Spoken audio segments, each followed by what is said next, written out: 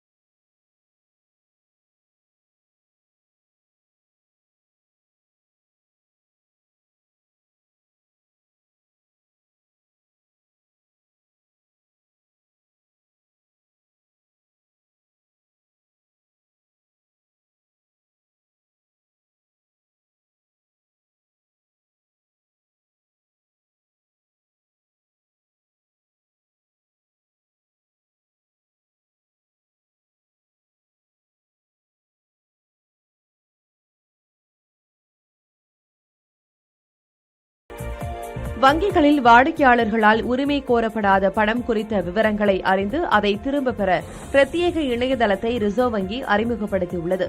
உட்காம் என்ற பெயர் உள்ள இந்த தளத்தில் வாடிக்கையாளர்கள் தாங்களோ அல்லது தங்கள் பெற்றோரோ எப்போதோ கைவிட்டுவிட்ட வங்கிக் கணக்கு, அதில் உள்ள பணம் உள்ளிட்ட விவரங்கள் குறித்து அறிய முடியும். முதல் கட்டமாக பாரத ஸ்டேட் வங்கி, பஞ்சாப் நேஷனல் வங்கி, சவுத் இந்தியன் வங்கி உள்ளிட்ட 7 வங்கிகளில் உள்ள உரிமை கோரப்படாத பணம் குறித்த விவரத்தை அறிய முடியும். மற்ற வங்கிகளில் உள்ள கணக்கு விவரங்கள் அடுத்தடுத்த மாதங்களில் சேர்க்கப்படும். வங்கிகளில் வாடிக்கையாளர்களால் உரிமை கோரப்படாத பணத்தின் அளவு கடந்த பிப்ரவரி நிலவரப்படி 35,000 கோடி ரூபாயாக உள்ளது. ரயில்கள் இயக்கத்தை கண்காணிப்பதற்காக கொள்முதல் செய்யப்பட்ட மின்னணு கருவிகள் பழுதான நிலையில் இருப்பது பரிசோதனையில் தெரியவந்துள்ளது. தண்டவாளத்தில் குறிப்பிட்ட தொலைவுக்குள் உள்ள ரயில் சக்கரங்களை எண்ணி அதை ஸ்டேஷன் மாஸ்டருக்கு தெரிவிப்பதற்காக MSDAC என்ற கருவியை ரயில்வே கொள்முதல் செய்துள்ளது. ஒரு கருவியின் விலை 5 லட்சம் ரூபாய் என மொத்தம் 4,000 கருவிகள் வாங்கப்பட்டுள்ளன. இவற்றை சோதனை ரீதியில் பொறியியல் நிபுணர்கள் குழு பயன்படுத்தி பார்த்ததில் அவற்றில் 3,000 கருவிகள் பழுதாகி இருந்தது தெரியவந்தது. இவற்றை அப்படியே பயன்படுத்தினால் ஒடிஷாவில் அண்மையில் நடந்த பெரும் விபத்து போன்ற சம்பவத்திற்கு கூட வாய்ப்புள்ளதாகவும் பரிசோதனை அறிக்கையில் தெரிவிக்கப்பட்டுள்ளது. இதையடுத்து பழுதான கருவிகளை வழங்கிய தனியார் நிறுவனத்திடம் விளக்கம் கேட்கப்படும் என தெரிகிறது. இலங்கையின் கடன் சிக்கல்களுக்கு தீர்வு காண தொடர்ந்து உதவப் போவதாக சீனா தெரிவித்துள்ளது.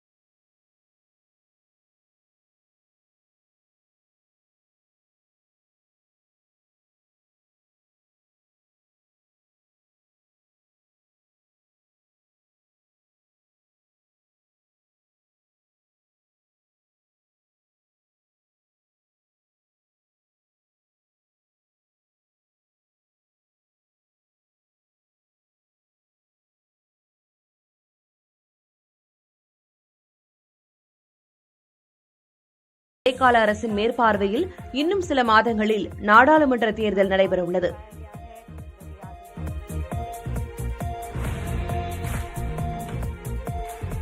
உலகக்கோப்பை செஸ் தொடரில் அரையிறுதிக்கு இந்திய வீரர் பிரக்யானந்தா முன்னேறியுள்ளார். உலகக்கோப்பை செஸ் தொடர் அர்பைஜான் நாட்டில் நடைபெற்று வருகிறது. இதில் காலிறுதிப் போட்டி ஒன்றில் இந்திய வீரர்கள் பிரக்யானந்தாவும் அர்ஜுன் எரிகைசியும் மோதினர். முடிவில் சடன் டெத் டை பிரேக் முறையில் 5-4 என்ற புள்ளி கணக்கில் பிரக்யானந்தா வெற்றி பெற்று அரையிறுதிக்கு முன்னேறினார். அரையிறுதியில் அமெரிக்க வீரர் ஃபேபியோனோ கருணாவை பிரக்யானந்தா எதிர்கொள்ளவுள்ளார்.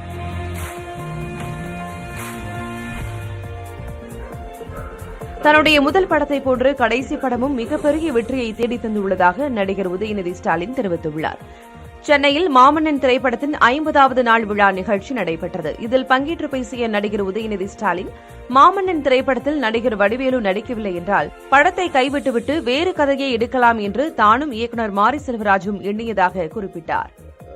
முதல் படம் பெரிய வெற்றியை கொடுத்துச்சு, ஒரு கண்ணாடி. அது என்னுடைய வாழ்நாளில் நான் மறக்கவே முடியாது. அதே மாதிரி இந்த மாமன்னன் மிகப்பெரிய வெற்றி. இதுவும் என்னுடைய வாழ்க்கையில் ஒரு மறக்க முடியாத படத்து வெற்றியை கொடுத்த மாரி செல்வராஜ் சார், அப்புறம் வடிவேல் அண்ணன், அவர் இல்லைன்னா மாமன்னன் கிடையாது. ஒரு நேரத்தில் அது முடிவு பண்ணோம்.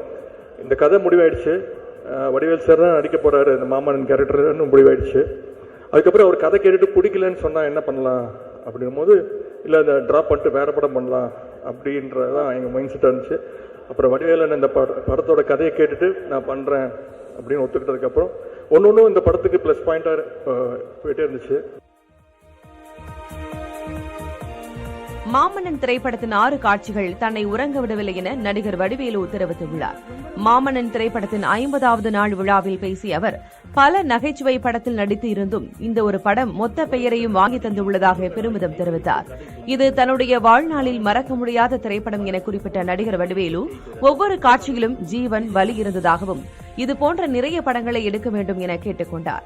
இயக்குநர் மாரி செல்வராஜ் நகைச்சுவை படங்களையும் இயக்க வேண்டும் என நடிகர் வடிவேலு கோரிக்கை விடுத்தார். ரொம்ப பிடிச்ச காட்சி, நிறைய பேர் போன் பண்ணி என்னை பாராட்டினாங்க. அங்கதான் நான் மாரி செல்வராஜ ரொம்ப பிச்சுட்டேன். எந்த இடம்னா வீட்டில் உட்காந்து பேசிக்கிட்டு இருக்கும்போது தன்னுடைய மனைவி காலில் என்னுடைய கையை வச்சு பேசிக்கிட்டே இருப்பேன் நான். அந்த காட்சி ஒவ்வொரு குடும்பத்திலையும் கணவன் மனைவி ஒருத்தர் உசுருக்கு உசுரா இருக்கிறதுக்கு ஒரு பெரிய அடையாளமே அந்த காட்சி தான். ஏமா ஏன் பயப்படுற? ஏன் நான் இருக்கல்ல என்ன அப்படிங்கிற காட்சி பெரிய பெரிய ஆள்லாம் எனக்கு போன் பண்ணி அந்த காட்சியை ரொம்ப குறிப்பிட்டு பாராட்டினாங்க. அந்த காட்சி தமிழ்நாட்டிற்கான உரிமைகளை கேட்டால் திமுக பிரிவினை பேசுவதாக திசை திருப்புகிறார்கள் என முதலமைச்சர் மு க ஸ்டாலின் தெரிவித்துள்ளார். ராமநாதபுரத்தில் திமுகவின் தென்மண்டல வாக்குச்சாவடி முகவர்கள் பயிற்சி பட்டறை நடைபெற்றது. இதில் கலந்து கொண்டு பேசிய முதலமைச்சரும் திமுக தலைவருமான மு க ஸ்டாலின் இந்தியாவின் கட்டமைப்பையே பாஜக மத்திய அரசு சிதைத்துவிட்டதாக குற்றம் சாட்டினார். தேர்தல் வாக்குறுதிகளை மோடி அரசு நிறைவேற்றவில்லை என கூறிய அவர் வட மாநிலங்களிலும் மக்களின் ஆதரவை இழக்க தொடங்கிவிட்டதாக தெரிவித்தார். கட்டிடம் காளையா வளம் வந்தார். வகையனில் கூற்றம் வரினும்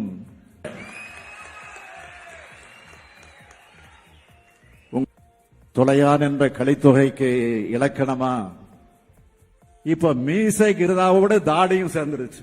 நன்றி. இவங்க ரெண்டு பேர் கழகத்தோட வளர்ச்சிக்கான உழைப்ப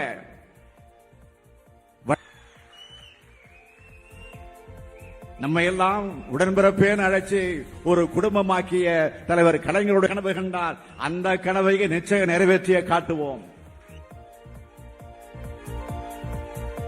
ராமநாதபுரம் சென்றுள்ள முதலமைச்சர் மு க ஸ்டாலின் ராமேஸ்வரத்தில் மீனவர்களின் வீடுகளுக்கு சென்று கலந்துரையாடினார்.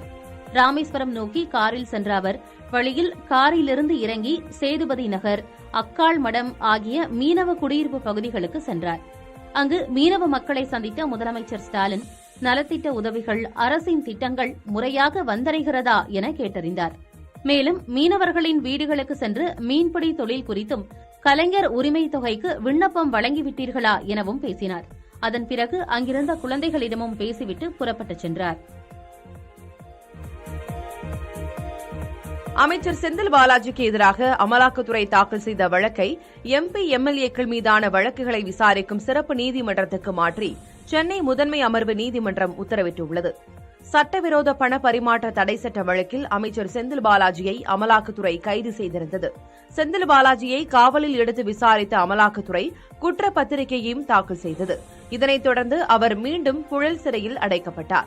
இந்த சூழலில் அமைச்சர் செந்தில் பாலாஜிக்கு எதிரான அமலாக்கத்துறை வழக்கு விசாரணையை சென்னை மாவட்ட ஆட்சியர் அலுவலகத்தில் உள்ள எம்பி எம்எல்ஏக்கள் மீதான வழக்குகளை விசாரிக்கும் சிறப்பு நீதிமன்றத்திற்கு மாற்றி முதன்மை அமர்வு நீதிமன்ற நீதிபதி எஸ் அல்லி உத்தரவிட்டுள்ளார். சிறப்பு நீதிமன்றத்தில் வரும் 28ஆம் தேதி வழக்கு விசாரணைக்கு வரவுள்ளது. விழுப்புரம் அருகே உள்ள மேல்பாதி கிராமத்தில் கோயிலுக்குள் பட்டியலின மக்கள் அனுமதிக்கப்படாத விவகாரத்தில் மேலும் 12 பேரிடம் வருவாய் கோட்டாட்சியர் விசாரணை நடத்தினார். இதன் பிறகு பேசிய பட்டியலின மக்கள் பிரதிநிதிகள் கோயிலுக்குள் அனுமதிப்பதை தாமதப்படுத்தினால் தங்கள் சமூக மக்களை திரட்டி போராட்டத்தில் ஈடுபட போவதாக தெரிவித்துள்ளனர். இதற்கிடையே பட்டியலின மக்களை வழிபாட்டுக்கு அனுமதிக்க விரைவில் நடவடிக்கை எடுக்கப்படும் என கோட்டாட்சியர் பிரவீனா குமாரி தெரிவித்தார். ஒரு 15 நாட்களுக்குள் மேற்படி கோயில் நுழைவு சம்பந்தமான சுமூகமான தீர்வை எடுத்து கோயிலை திறந்து மக்களை வழிபடச் செல்வதற்கான நடவடிக்கை எடுப்பதாக கோட்டாட்சியர் உறுதியளித்திருக்கிறார். அரசு நடவடிக்கை எடுக்கவில்லை என்றால் மக்களோடு சேர்ந்து அடுத்த கட்ட போராட்டத்தை அறிவிப்பதற்கு தயாராக இருப்போம். திருச்செந்தூர் அருகே அமளி நகரில் மீனவர்கள் நடத்தி வந்த சாகும் வரை உண்ணாவிரத போராட்டம் திரும்ப பெறப்பட்டுள்ளது. தங்கள் பகுதியில் தூண்டில் வளைவு அமைக்க அரசை வலியுறுத்தி அமளி நகர் மீனவர்கள் கடலுக்கு செல்லாமல் உண்ணாவிரத போராட்டம் மேற்கொண்டுள்ளனர். 11வது நாளாக இந்த போராட்டம் நீடித்த நிலையில் முதலமைச்சர் மு க ஸ்டாலின் தலைமையில் ராமநாதபுரத்தில் நடைபெறும் மீனவர் மாநாட்டில் கலந்து கொள்ளப் போவதில்லை என்றும் அவர்கள் தெரிவித்தனர். இதையடுத்து மீனவர்களுடன் அதிகாரிகள் பேச்சுவார்த்தை நடத்தினர். இதன் பிறகு உண்ணாவிரத போராட்டம் கைவிடப்பட்டது. ஆயினும் தங்கள் கோரிக்கை நிறைவேறும் வரை வேலை நிறுத்த போராட்டத்தை தொடர உள்ளதாக மீனவர்கள் தெரிவித்துள்ளனர். கிருஷ்ணகிரி அருகே மிளகு பொட்டலத்தில் பட்டாணி கலப்படம் செய்யப்பட்டுள்ளதாக எழுந்த புகாரின் பேரில் உணவு பாதுகாப்புத்துறை அதிகாரிகள் ஆய்வு நடத்தினர். ஓசூர் அருகே உள்ள நாயக்கனப்பள்ளி கிராமத்தைச் சேர்ந்த விவசாயியான ராஜாராம் சில தினங்களுக்கு முன்பு ஓசூரில் உள்ள மளிகை கடையில் மிளகு உள்ளிட்ட பொருட்களை வாங்கியுள்ளார். அவ்வாறு வாங்கிய மிளகு பொட்டலத்தில் பட்டாணி கலப்படம் செய்யப்பட்டிருந்ததை கண்டு அவர் அதிர்ச்சி அடைந்தார். இது தொடர்பாக விவசாயி ராஜாராம் அளித்த புகாரின் பேரில் சம்பந்தப்பட்ட மளிகை கடையில் ஆய்வு செய்தனர். அத்துடன் கலப்பட பொருட்களை விற்கக்கூடாது என கடையின் உரிமையாளரை எச்சரித்தனர். சென்னையில் 12 காவல் நிலையங்களில் தனி புலனாய்வு பிரிவை உருவாக்கி காவல் ஆணையர் உத்தரவிட்டுள்ளார். ராயபுரம், ஏழைக்கிணறு, தரமணி, நந்தம்பாக்கம், 1000 விளக்கு, வளசரவாக்கம் உள்ளிட்ட காவல் நிலையங்களில் தனிப்பிரிவு அமைக்கப்பட்டுள்ளது. கொலை, துப்பாக்கி, வெடிபொருட்கள் தொடர்பான வழக்கு, பணத்துக்காக ஆள் கடத்தல், மதம், சாதிய ரீதியான வழக்குகள் உள்பட 9 வகையான வழக்குகளை இந்த தனி புலனாய்வு பிரிவு விசாரிக்கும் என்றும் தெரிவிக்கப்பட்டுள்ளது. முன்னதாக கொலை வழக்கு ஒன்றில் தனி புலனாய்வு பிரிவை அமைக்க காவல்துறைக்கு சென்னை உயர்நீதிமன்றம் அறிவுறுத்தியிருந்த நிலையில் தமிழக அரசு இந்த நடவடிக்கையை எடுத்துள்ளது. திருப்பத்தூர் அருகே பிரசவத்திற்காக அனுமதிக்கப்பட்ட பெண் உயிரிழந்த நிலையில் அவரது உறவினர்கள் அரசு மருத்துவமனையை முற்றுகையிட்டு ஆர்ப்பாட்டத்தில் ஈடுபட்டனர். காகனம்பாளையம் பகுதியைச் சேர்ந்த சாமிக்கண்ணு என்பவரின் மனைவி கோமதிக்கு ஆண்டியப்பனூர் ஆரம்ப சுகாதார நிலையத்தில் குழந்தை பிறந்துள்ளது. அவரது உடல்நிலை மோசமடைந்த நிலையில் சிகிச்சைக்காக திருப்பத்தூர் அரசு மருத்துவமனைக்கு கொண்டு செல்லப்பட்டார். ஆனால் அவரை பரிசோதனை செய்த மருத்துவர்கள் கோமதி ஏற்கனவே உயிரிழந்துவிட்டதாக தெரிவித்துள்ளனர். மருத்துவர்களின் தவறான சிகிச்சையால் கோமதி உயிரிழந்ததாக கூறி அவரது உறவினர்கள் மருத்துவமனை வளாகத்தில் ஆர்ப்பாட்டத்தில் ஈடுபட்டனர். ஆம்பூரில் சாலையில் சிறிய இடத்தில் இயங்கி வரும் நியாய விலைக் கடையால் பொதுமக்கள் அவதிக்குள்ளாகியுள்ளனர். கிருஷ்ணாபுரம் பகுதியில் வாடகை கட்டடத்தில் நியாய விலைக் கடை ஒன்று செயல்பட்டு வருகிறது. கடையில் ரேஷன் பொருட்கள் வைக்க மட்டுமே இடம் இருப்பதால் ஊழியர்கள் பொருட்களை விநியோகிப்பது, ரசீது வழங்குவது உள்ளிட்ட பணிகளை சாலையில் வைத்து செய்து வருகின்றனர். இதன் காரணமாக நியாய விலைக் கடைக்கு வரும் பொதுமக்கள் வெயிலில் காத்திருக்க வேண்டிய அவலம் காணப்படுகிறது. எனவே இதற்கு தீர்வு காண பொதுமக்கள் கோரிக்கை விடுத்துள்ளனர். திருச்சியில் யாசகம் எடுக்க குழந்தைகளை யாரும் வாடகைக்கு எடுக்கவில்லை என மாவட்ட ஆட்சியர் பிரதீப்குமார் தெரிவித்துள்ளார். திருச்சியில் குழந்தைகளை வைத்து யாசகம் எடுத்தவர்களை காவல்துறையினர் மடக்கி பிடித்தனர். அவர்களிடமிருந்து மீட்கப்பட்ட குழந்தைகள் அரசு காப்பகத்தில் சேர்க்கப்பட்டுள்ளனர். இந்நிலையில் இவ்விவகாரம் குறித்து பேசிய மாவட்ட ஆட்சியர் பிரதீப்குமார், திருச்சி மாநகரில் குழந்தைகளை வைத்து யாசகம் எடுப்பதை தடுக்க தீவிர கண்காணிப்பு மேற்கொள்ளப்படும் என்றும் அவர்களுக்கு மறுவாழ்வு கொடுப்பதற்கான நடவடிக்கைகளை மாவட்ட நிர்வாகம் மேற்கொண்டு வருவதாகவும் குறிப்பிட்டார். நீலகிரி மாவட்டம் கூடலூர் அருகே குடியிருப்பு நிறைந்த பகுதியில் நடமாடிய சிறுத்தையை ஊர் மக்கள் நேரில் பார்த்துள்ளனர். பந்தலூர் பகுதியில் உள்ள இன்கோ நகரில் சிறுத்தை உள்ளிட்ட வன விலங்குகளின் நடமாட்டம் அதிக அளவில் உள்ளது. இந்த நிலையில் அப்பகுதியில் சிறுத்தை ஒன்று நடமாடியதை அவ்வழியாக சென்றவர்கள் பார்த்திருக்கின்றனர். சாலையோரத்தில் அமர்ந்திருந்த சிறுத்தை சாலையில் சிறிது தூரம் நடந்து சென்ற பிறகு தேயிலை தோட்டத்திற்குள் பதுங்கிக் கொண்டது. இந்த காட்சிகளை வாகனத்தில் சென்றவர்கள் பதிவு செய்திருக்கிறார்கள். கள்ளக்குறிச்சி மாவட்டம் உளுந்தூர்பேட்டை அருகே 108 ஆம்புலன்ஸ் வர தாமதமானதால் மருத்துவமனையில் கண்ணாடி மற்றும் பொருட்களை உடைத்த வழக்கில் ஒருவரை காவல்துறையினர் கைது செய்தனர். கணபதி என்பவர் மதுபோதையில் இருசக்கர வாகனத்திலிருந்து கீழே விழுந்து காயமடைந்தார். இதையடுத்து அவரை ஆரம்ப சுகாதார நிலையத்திற்கு சேர்த்தபோது அங்கு முதல் சிகிச்சை அளிக்கப்பட்டு மேல் சிகிச்சைக்காக அரசு மருத்துவமனைக்கு கொண்டு செல்ல 108 ஆம்புலன்ஸ் வரவழைக்கப்பட்டது. ஆம்புலன்ஸ் வருவதற்கு சிறிது நேரம் தாமதம் ஏற்பட்டதால் ஆத்திரமடைந்த கணபதியின் நண்பர்கள் மருத்துவமனையின் ஜன்னல் கண்ணாடி மற்றும் மருத்துவ பொருளை அடித்து நொறுக்கியுள்ளனர். இது தொடர்பாக 4 பேர் மீது வழக்கு பதிவு செய்யப்பட்டு ஒருவரை கைது செய்திருக்கும் நிலையில் மற்ற 3 காவல்துறையினர் தேடி வருகின்றனர்.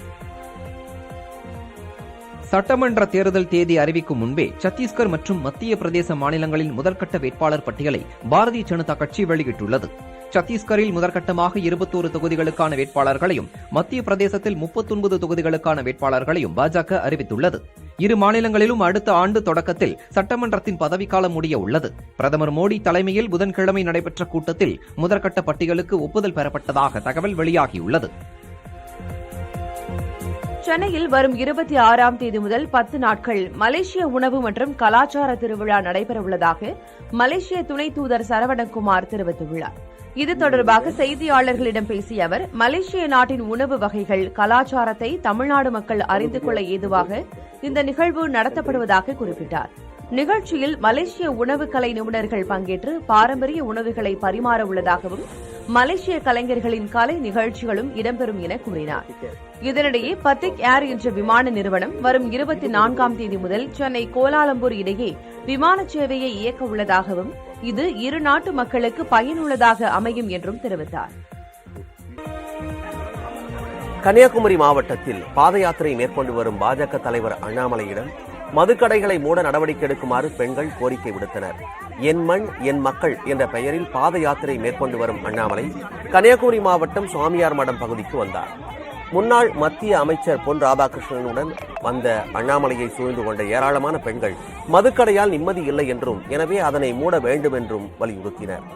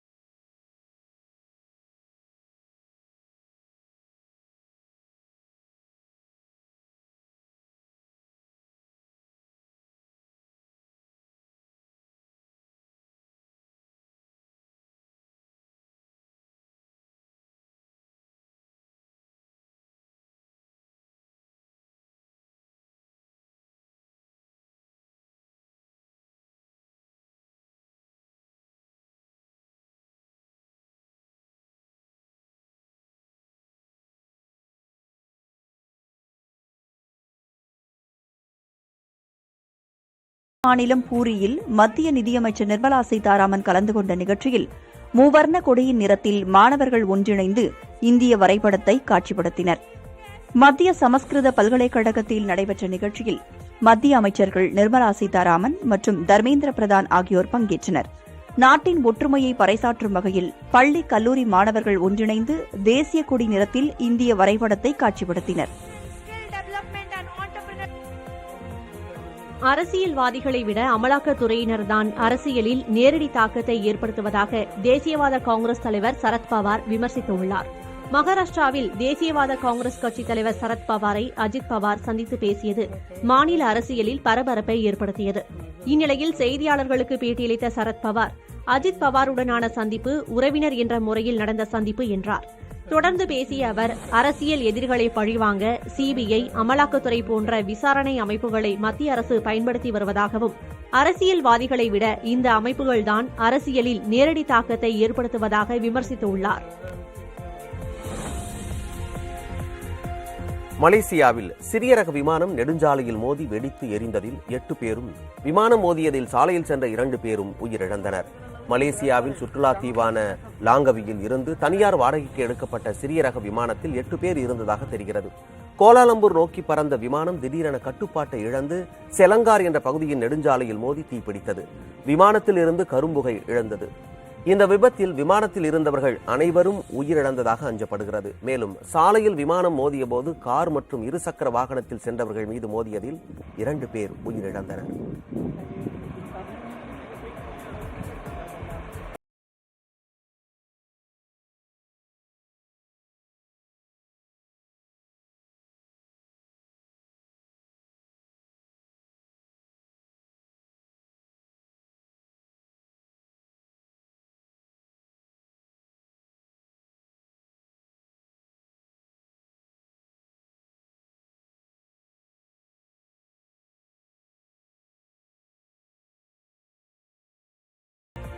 தேர்தல் நேரத்தில் ஓட்டு கேட்க வருகிறீர்கள், மற்ற நேரத்தில் பார்க்க முடியவில்லை என்று கரூர் மக்களவை உறுப்பினர் ஜோதிமணியிடம் சாமானியர் ஒருவர் வாக்குவாதத்தில் ஈடுபட்ட காட்சிகள் சமூக வலைதளங்களில் வேகமாக பரவி வருகிறது. மூக்கனாங்குறிச்சி ஊராட்சிக்குட்பட்ட பகுதியில் நடைபெற்ற கிராம சபை கூட்டத்தில் ஜோதிமணி பங்கேற்ற போது இந்த சம்பவம் நிகழ்ந்தது. தேர்தல் நேரத்தில் 20 நாட்களுக்குள் 6 தொகுதிகளிலும் சுற்றி வரும் நீங்கள் மற்ற நேரங்களில் மக்களை கண்டுகொள்வதில்லை என்று அவர் குற்றம் சாட்டினார். 150 மக்களவை கூட்டங்களில் கலந்து கொள்வதாகவும் மற்ற நாள்களில் தொகுதியை கவனித்து வருவதாகவும் ஜோதிமணி விளக்கமளித்தார். ஓட்டு கேட்டுட்டே வரீங்க. இது வரைக்கும் நிறைய வந்து நம்ம பார்த்து 5 வருஷத்துக்கு அப்புறம் நீங்க பார்க்கலாம். ஓட்டு கேட்க அடுத்த லட்சத்தை பார்லிமெண்டரி ப்ரொசீஜர்ல மட்டும் ஒரு எம்பி 150 நாள் செலவு பண்ணும். ஓட்டு கேட்கறது மட்டும் 20 நாள் 6 தொகுதி மக்கள் 150 நாள் போக மீதி 200 நாள் இருக்குல்ல.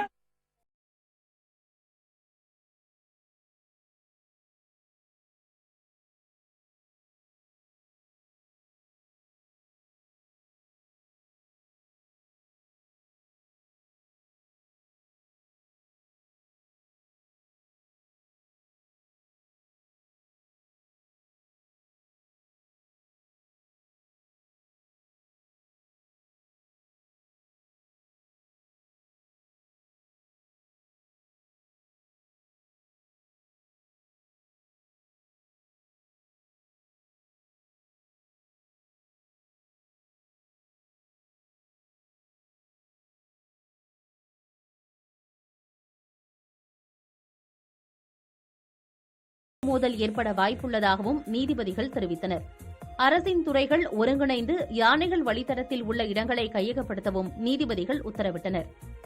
தமது இடத்தில் காய்ந்த நிலையில் உள்ள மூங்கில் மரங்களால் தீ விபத்து ஏற்படும் என்பதால் அவற்றை அகற்ற அனுமதியளிக்க உத்தரவிடக் கோரி குருசந்த் என்பவர் தொடர்ந்த வழக்கில் சென்னை உயர்நீதிமன்றம் இந்த உத்தரவை பிறப்பித்துள்ளது. டெல்லியில் நடைபெற்ற தேசிய அளவிலான கராத்தே போட்டியில் பங்கேற்ற தமிழகத்தைச் சேர்ந்த மாணவர்கள் தங்கம் உள்ளிட்ட 8 பதக்கங்களை வென்று மாநிலத்திற்கே பெருமை சேர்த்துள்ளனர். கடந்த 11 முதல் 14ஆம் தேதி வரை நடைபெற்ற தேசிய கராத்தே போட்டியில் பல்வேறு மாநிலங்களைச் சேர்ந்த 3000த்திற்கும் அதிகமான வீரர்கள் பங்கேற்றனர். இவர்களில் சென்னையை அடுத்த பூவிருந்தவல்லியைச் சேர்ந்த மாணவி ஸ்ரீனிகா 11 முதல் 13 வயதுடையோர் பிரிவில் தங்கம் வென்றார். இதே பிரிவில் 2 வெள்ளி மற்றும் 1 வெண்கல பதக்கத்தையும் பூவிருந்தவல்லி மாணவர்கள் வென்றனர். மேலும் 9 முதல் 10 வயதுடையோர் பிரிவில் 2 வெள்ளி 2 வெண்கலம் என மொத்தம் 8 பதக்கங்களை பூவிருந்தவல்லி மாணவர்கள் வென்று சாதனை படைத்துள்ளனர். பதக்கங்களுடன் ஊர் திரும்பிய வீரர்களுக்கு உற்சாக வரவேற்பு கொடுக்கப்பட்டது.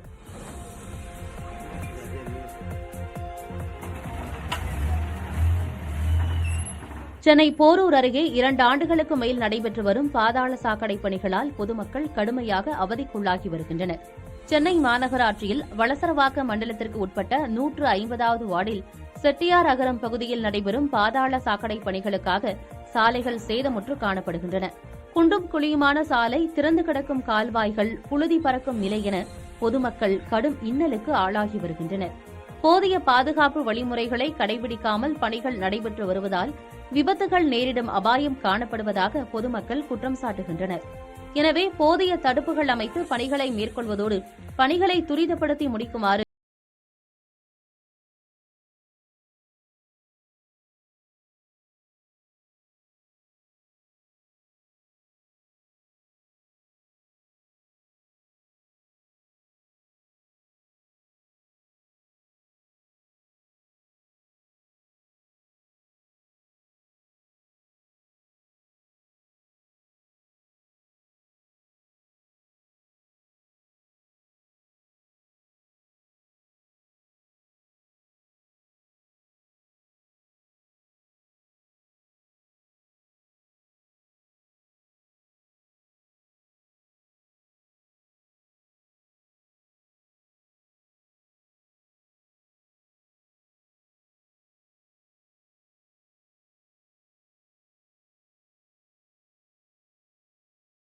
விவசாயிகள் மற்றும் அதனை சார்ந்திருக்கும் 5 லட்சம் பேர் வரை பாதிப்படைந்துள்ளதாக கூறப்படுகிறது.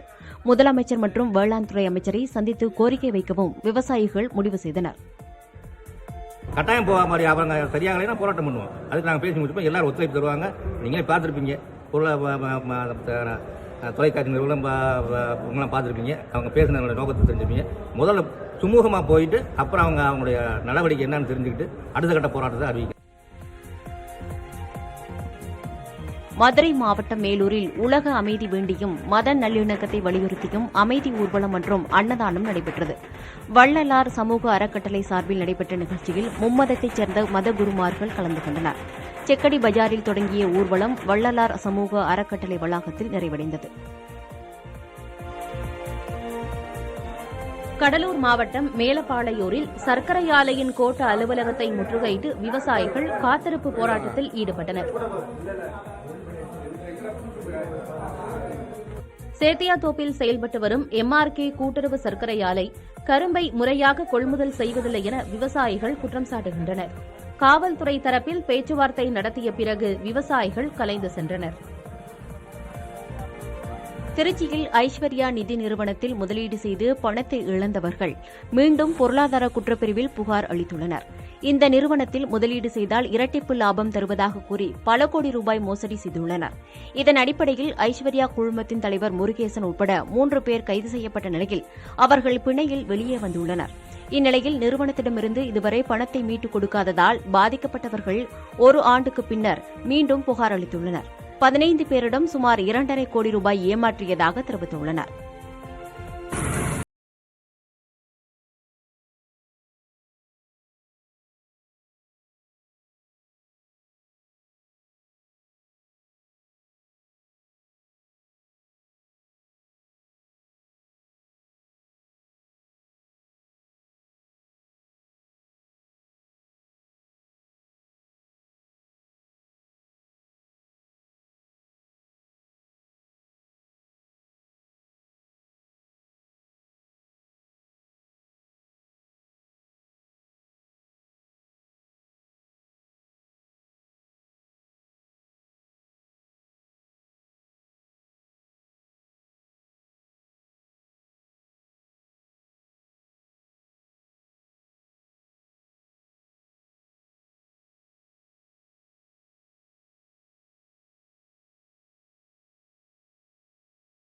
எம்சாண்ட் விலை உயர்வை கண்டித்து பேருந்து நிலையத்தில் டிப்பர் லாரிகளை நிறுத்தி அவற்றின் உரிமையாளர்கள் போராட்டத்தில் ஈடுபட்டனர்.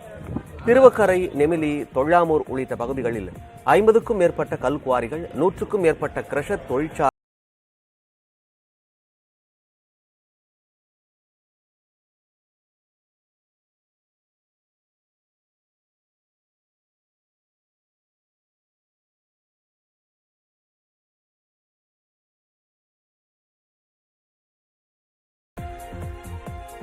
உலகக்கோப்பை வில்வித்தை போட்டியில் இந்திய அணி ஸ்பெயின் அணியை வீழ்த்தி வெண்கலப் பதக்கத்தை கைப்பற்றியது. உலகக்கோப்பை வில்வித்தை போட்டி பிரான்ஸ் தலைநகர் பாரிஸில் நடந்து வருகிறது. இதில் நேற்று நடந்த ஆண்களுக்கான ரிகர்வ் அணிகள் பிரிவில் வெண்கலப் பதக்கத்துக்கான போட்டியில் தீரஜ் பொம்மதேவரா, அதானுதாஸ், துஷார் ஷெல்கி ஆகியோர் அடங்கிய இந்திய அணி 6-2 என்ற செட் கணக்கில் ஸ்பெயின் அணியை தோற்கடித்து வெண்கலப் பதக்கத்தை வென்றது. அதேபோல் பெண்களுக்கான ரிகர்வ் அணிகள் பிரிவில் அங்கிதா பகத், பாஜன் கவுர், சிம்ரன்ஜித் கவுர் ஆகியோர் அடங்கிய இந்திய அணி 5-4 என்ற செட் கணக்கில் மெக்சிகோவை வீழ்த்தி வெண்கலப் பதக்கத்தை வென்றது. மலையாள நட்சத்திர நடிகர் மம்முட்டி